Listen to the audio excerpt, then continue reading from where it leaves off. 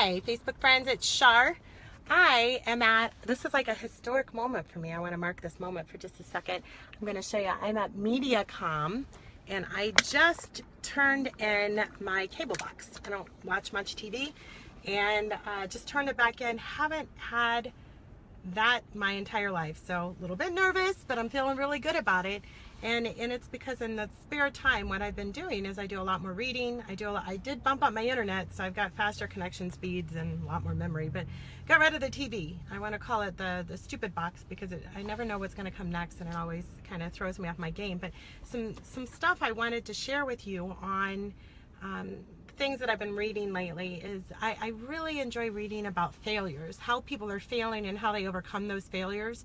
And what does failure mean? And you know, if we asked a group of people, or I'll ask you guys, when you think of failure, what are some of the words that you associate with failures? Failing, failures. If you have people around you who are failing, what are some of the things that you associate with watching someone fail, having to stand by them? Maybe even if it's just watching somebody else kind of go up and down in life. What do you do? What words are you associating with that? And then I'd like to share, you know, most of the time when we're thinking about failure, it's typically a negative base, or it's going to be some negative words that you'll come to mind. There's three people I want to share with you today. One, I'm going to tell you what they did, what was labeled as a failure, and then I'll tell you who it was, see if you guys could guess. I'm watching down below to see. This person failed in business 3 times. So he had 3 businesses that went bankrupt, had a nervous breakdown, ran for president 7 different times. So imagine what that takes to do. And in the process of getting to the White House, his mother died, his sister died, his fiance died, and his father died. That was Abe Lincoln. And imagine if through that 50-year span of when his mother died until he got to the White House, what that up and down story was that people had to watch or had to endure with him. He lost his fiance, and then he had a nervous breakdown, and people were probably trying to write him off or just label him and just put him in a corner of a room, but he didn't. He came back stronger. And one of his famous quotes was, success of going from failure to failure without losing your enthusiasm. So that's what his definition of success was. Another one was, this person did not speak a word until they were 4 years old, did not read, was not able to read until 7. His own parents labeled him subnormal, and he was expelled from school. And after he got expelled from school, the teachers all called him mentally slow. Now this person went on to win the Nobel Peace Prize and became the face of modern physics, and this would be Albert Einstein. And imagine if we did not have him, or what if he had listened to all those voices around him and allowed himself to be labeled a failure? His famous quote was, failure is success in progress. So one last one I'd like to share. This guy was cut from his high school basketball team because he had lack of skill. The guys on this will probably know this one a little bit more, but I have to study sports because I'm not very sports literate. He missed over 9,000 shots publicly. He lost over 300 games. 26 times he was trusted with the game-winning shot, and he missed. And it took him 7 years to win his first NBA title, and that's Michael Jordan. And, you know, as people were standing by him through this process, imagine the ups and downs and wanting to say, hey, listen, you know what, just take what life's going to label you and just keep going on. But inside of him, and his quote was, I failed over and over and over again, and that's why he succeeds. So imagine where we would be even in the world without all of those wonderful people giving their contributions to us and not listening or letting that moment of failure label them long term.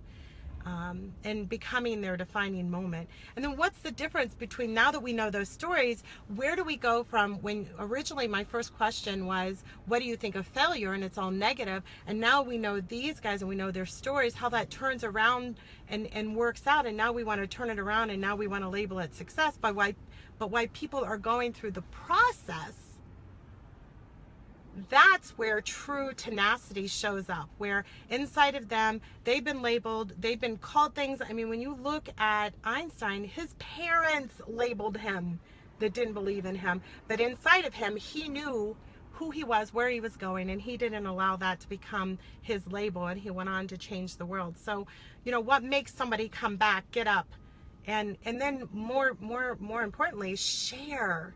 These three people shared their failures with us, so that would help encourage you and me along our journeys, that as we're going up and down through life, to not let it stop you.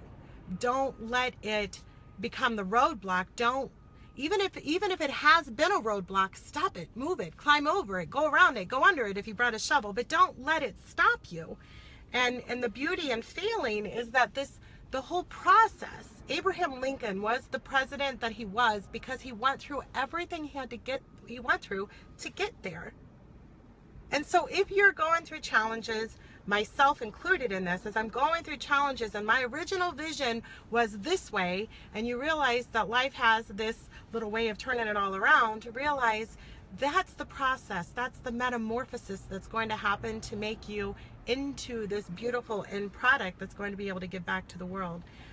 They know the value it creates and the impact it has on the world. I've kept some notes here. And the other thing I believe that they showed, all three of them have showed through the process of failure, was they showed an empathy of relating. There's a difference between sympathy and empathy. Symphony is great. Sympathy is where you're telling someone that, you know what, I feel sorry for you. But empathy is where you're actually going and putting their shoes on.